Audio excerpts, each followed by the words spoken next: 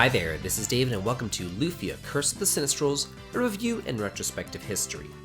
For a moment, believe that you're a game developer and you've had one massive hit that made such a splash on the gaming scene that it's regularly regarded as a classic, even 20 years later. What do you do with such a hit?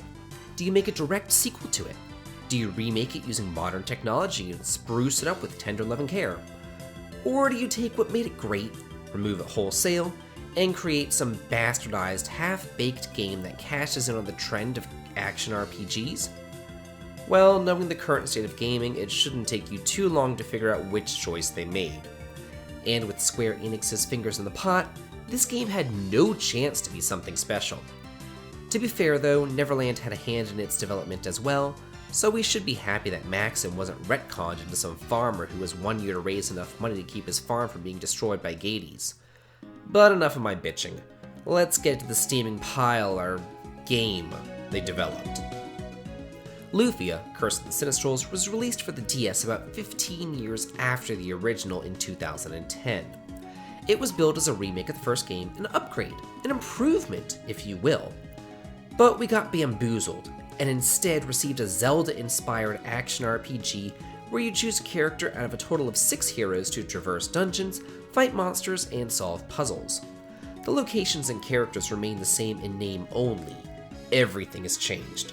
Characterization is completely overhauled, and the plot has been thrown into a blender, so even a rabid fan of the original wouldn't know which plot point comes up next. The gameplay was also completely changed to be more in tune with the modern audience. Gag me.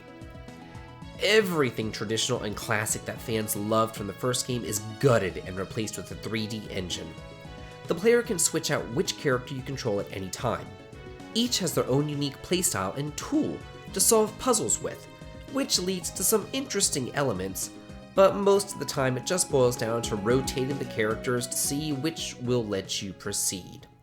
This also leads to backtracking because early dungeons will have puzzles and tricks that only a late-game character's abilities will allow you to solve. The puzzles were one of the best parts of Lufia 2. They were devious, but fair. They really made you stop and think, but now they're very one-note, and you don't need to think at all to blast your way through 99% of them. Also, only the character that you're currently controlling gains 100% of the experience. The others only get a fraction, so you can't choose your favorites unless you want some severely underpowered characters. You really do have to master all 6. The IP gauge is back, but now it simply regenerates over time, and when it fills completely, you can use a special attack. The traditional overworld map is gone, and is instead replaced with a point-and-click screen similar to Ruins of Lore. Many locations are completely gone, and those that remain are unrecognizable, and while this does help streamline the game, much of the lore was cut along with it, not to mention the capsule monsters are kaput as well. The Ancient Cave is also a disappointment in that you can only traverse to the 30th floor on the first playthrough. You have to beat the game in order to unlock the rest of the 99 floors. Also, beating the game first is the only way to unlock the ubiquitous Dragon Egg side quest. I hate having to replay a game to unlock all the secrets. No one has time for that. But if you are so inclined, you can beat the game in about 15 hours. I'm normally not the biggest fan of 3D, instead preferring traditional sprites when I get the chance. But one aspect the game excels at is the visuals. Not to say that they're great or pretty, but the artists did do a good job making sure that each area had a unique look. Unlike the original, where the exotic elf town looked just like any other town, and all the caves and towers looked exactly the same. There are some technical problems plaguing the game, such as the battle slowdown, and an extremely zoomed-in camera, making it difficult to navigate even with a map. The game employs a unique customization system called the Mystic Stone Board, which is similar to the grids used in Arkwri's Fantasia. Basically, as you play the game, you collect blocks that you're then able to place on the grid, and when you complete a chain of blocks, the character gains an ability in question, which can range from stat boosts and passive abilities to special attacks. The game's story is much different in this iteration, though some plot points do remain the same. This difference is evident right from the beginning. Instead of going through half of a dozen dungeons before learning of the Sinistrals, Gades is already wreaking havoc right from the get-go. At the beginning, Maxim launches a failed attack on Gades' lair, and Lexus joins up to help, though as an NPC. This is shocking to anyone who's played the original. Though the DS version does pay some homage to the original, Tia still cooks a terrible meal for Maxim and still has a crush on him. Maxim and Selim still meet at Parcelite. Bart and Birdie, Betty now, are still your bumbling duo of thieves, and the game still ends on the bitter sacrifice of Maxim and Selim. However, the New Game Plus allows for a choice of an alternate, non-canonical, happier ending, which is blasphemy, if you ask me. Though the game is shorter, the script is actually longer, and many character changes took place in the process. Tia, for example, had a complete 180. The original Tia was a weapon shop owner with a crush on Maxim. She excelled at spellcasting and took on the damsel in distress role on more than one occasion. She attacked with whips and bailed out on the party once she realized that Maxim had only had eyes for Selin. However, in the DS game, she's turned into a childhood friend of Maxim, who's confident in her battle abilities and beats enemies to a pulp with a giant suitcase. She also stays around for the entire game now and nurses a crush on Dakar once Maxim and Selin get married. Iris, rather than popping up every once in a while to give a cryptic clue, now tags along for the whole ride.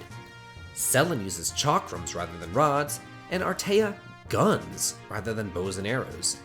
And Lexus is completely demoted from a playable character to an NPC, though he's really more of a mad scientist this time around, looking exactly like the Doc from Back to the Future, rather than a level-headed guy who helps you out with an airship and a submarine. One major nostalgic connection with the original lies in the music. Most of the soundtrack is reused, and as such, it's still amazing. It sounds a little different, but not in a bad way. It's just been spruced up a bit.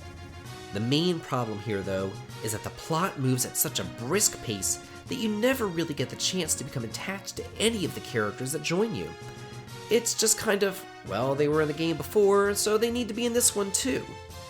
By the end of the admittedly short experience, you're just wanting it to be over. Guy and Artea are reduced to anime tropes and are completely devoid of anything remotely resembling a unique personality. By streamlining the plot, the developers strip the heart and soul from the game, and by the end, the New Game Plus feature will be the last thing on your mind. I hate to keep harping on the game, but all things told, it's really not that bad. It's just not a Lufia game. It's extremely polarizing, much like Breath of Fire Dragon Quarter, but while I liked Dragon Quarter, the same can't be said about Curse of the Sinistrals. Having a new and different game isn't necessarily a bad thing, but it's not what Lufia fans wanted, especially after the abysmal ruins of lore. People wanted a return to the classic Lufia gameplay found in the first 3 games, and we know this because the game flopped, both here and in Japan. Speaking of Japan, their version had a party talk sequences where characters could have optional discussions to flesh out the plot and their personalities, but that was scrapped from the English version. I guess they hadn't bastardized their game enough. They need one last screw you before they ship the game out west. This has been David. If you like this, please like, comment, and subscribe, and have a good day. Goodbye! Adios! Arrivederci!